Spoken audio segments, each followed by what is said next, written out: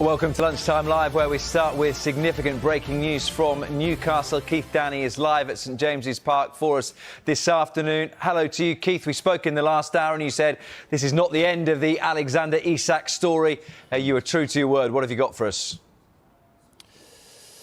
Yeah, we've been saying for some time really now, since the weekend when Alexander Isak was left out of the squad to play Celtic, that Isak has been affected by the speculation surrounding him. In fact, Eddie Howe insinuated that afterwards and said that was the reason why he was sent home back here to Newcastle and wasn't sat on the bench or involved at all against Celtic. What I can tell you now is that Isak has informed the club that he wants to explore his options in this transfer window, of course, with interest in him. As we told you last week from Liverpool, they made that informal approach to Newcastle United when Newcastle were in deep in conversations with Eintracht Frankfurt over a move for Hugo Ekitike. What ended up happening is Newcastle said Isak wasn't for sale. Instead, Liverpool turned their attentions to Ekitike and managed to get that deal over the line in the last couple of days. But Isak has been left behind here on Tyneside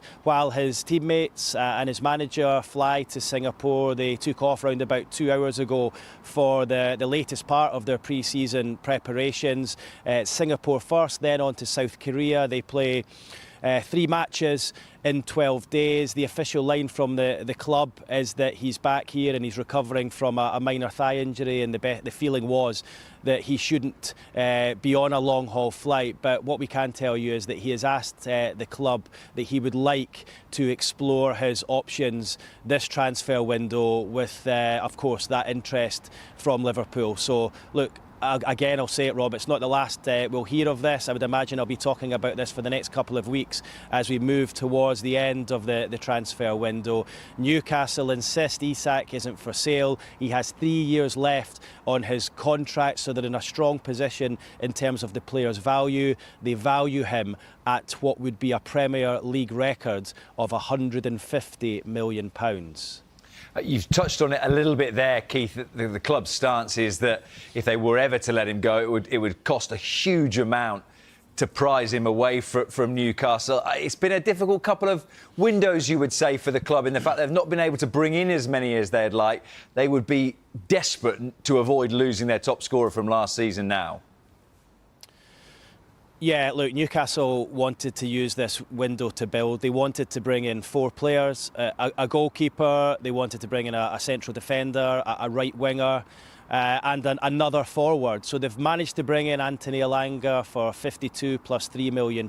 They wanted to bring in a second striker to come in and compete with Alexander Isak. I told you a moment ago, of course, about their talks with Eintracht Frankfurt over Hugo Ekitike. Liverpool hijacked that deal, and they still retain an interest in Isak as well. It's not what the Newcastle United supporters want to hear ahead of a Champions League season, where of course they're going to be battling on the front of the Champions League and the Premier League as well. They want to hold on to their best players.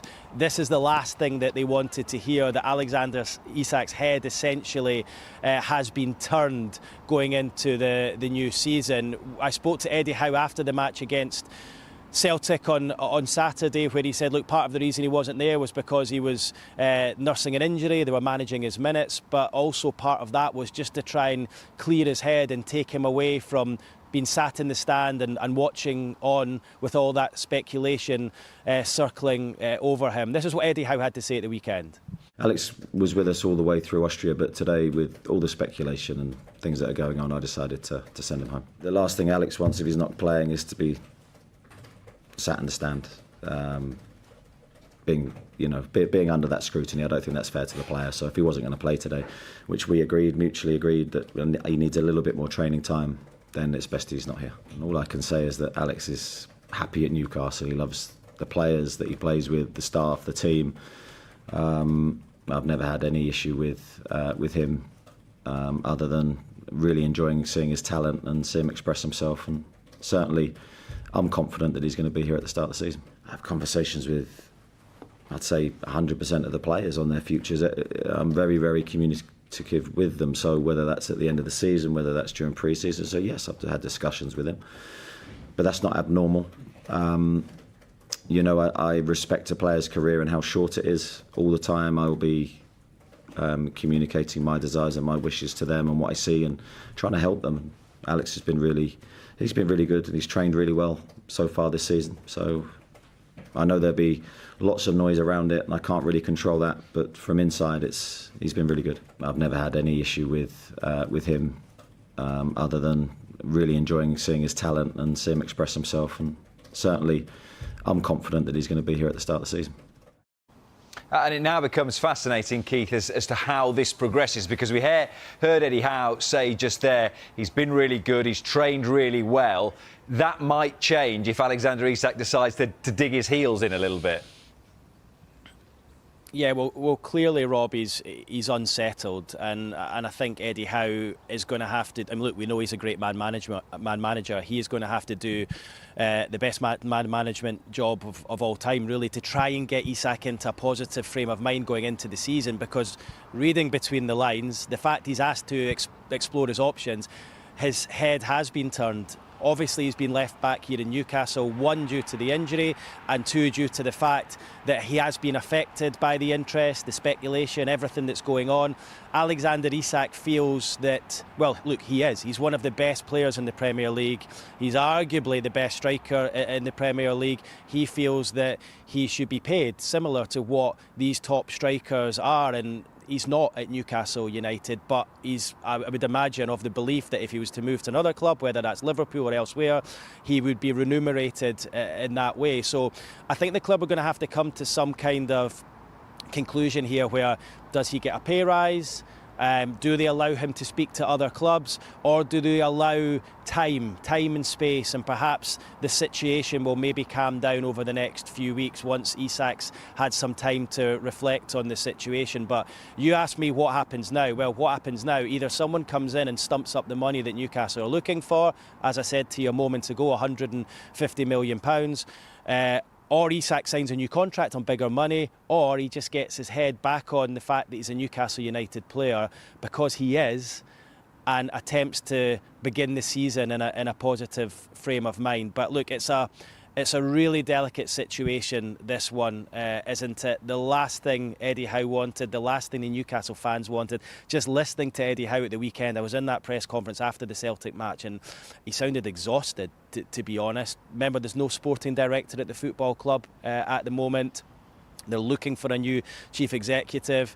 Eddie Howe and his nephew Andy Howe, who's high up in the recruitment, have been involved at the front, really, of the whole transfer plan this summer. And Newcastle have been bruised because they've tried for Liam Delap, been unable to get him. They've tried for João Pedro, been unable to get him. They've tried for Dean Howson, been unable to get him. That's just three. There's been a number of players that they've got quite far down the line with, thought they've had a chance of getting them, only to be left disappointed. And then their crown jewel, Alexander Isak, is now saying he wants to explore his options this summer. So it could not have gone any worse for them. Far from ideal that Isak has been left home here at Newcastle, but maybe this will just give him and the club the time and space away from each other to come to some kind of mutual understanding that if a club doesn't come in and offer the money that Newcastle United are looking for, Isak has to get his head down and concentrate on starting the season, a very, very important season with Newcastle United. But look, it's a developing story, this one, Rob. As I said to you a moment ago, it's got legs. I would imagine we'll be speaking about this one for the remainder of the transfer window. It will be intriguing to see if Alexander Isak is a Newcastle United player or not come the end of August. Liverpool retain an interest in him. We'll have to wait and see whether they've got the money to stump up an offer to afford Alexander Isak. I would suggest at the moment it would be difficult for them, but let's see what they do in terms of player sales. So look, not a good time for Newcastle United supporters. They are desperately trying to bring in players themselves. They're in advanced negotiations with Brentford over a deal for Johan Vissa. He was supposed to be the backup striker to Alexander Isak, not the only striker. So let's see how this one develops over the next days and weeks. Just remind us, Keith, who Newcastle's first home game of the season is? Do you know, I've got so much in my mind, I can't even think, but I've had a moment to think there, and you're right. It's Liverpool at home. I think it's Monday Night Football, isn't it? I was actually thinking of their first match, which of course is away to Aston Villa, but yeah, I mean, that's going to be some evening, that, isn't it? Whichever side Alexander Isak is playing for. I knew you'd get it there eventually. Keith, thank you very much for the moment. Welcome back to Sport Lab. We've got a big transfer story developing. Newcastle striker Alexander Isak has told the club he wants to explore other options this summer. Let's get into the full story. Alexander Isak has informed Newcastle United that he's open to a move away during this transfer window. While he hasn't submitted a formal transfer request, talks over a new contract have stalled, and the Swedish international is now attracting serious attention. Isak was sent home ahead of Newcastle's 4-0 pre-season defeat to Celtic, and will miss the club's tour of Asia, officially due to a minor thigh injury. However, sources say transfer speculation was also a factor in his absence. Liverpool made an informal approach for the 24-year-old last week before moving to sign Hugo Ekitike for £79 million, but they remain big admirers of Isak. Newcastle say Isak is not for sale and value him at a massive £150 million, with 3 years left on his contract.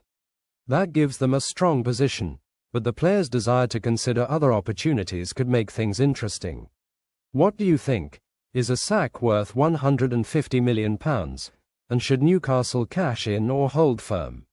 Drop your thoughts in the comments below, and don't forget to like, share, and subscribe to Sport Lab for all the latest transfer updates.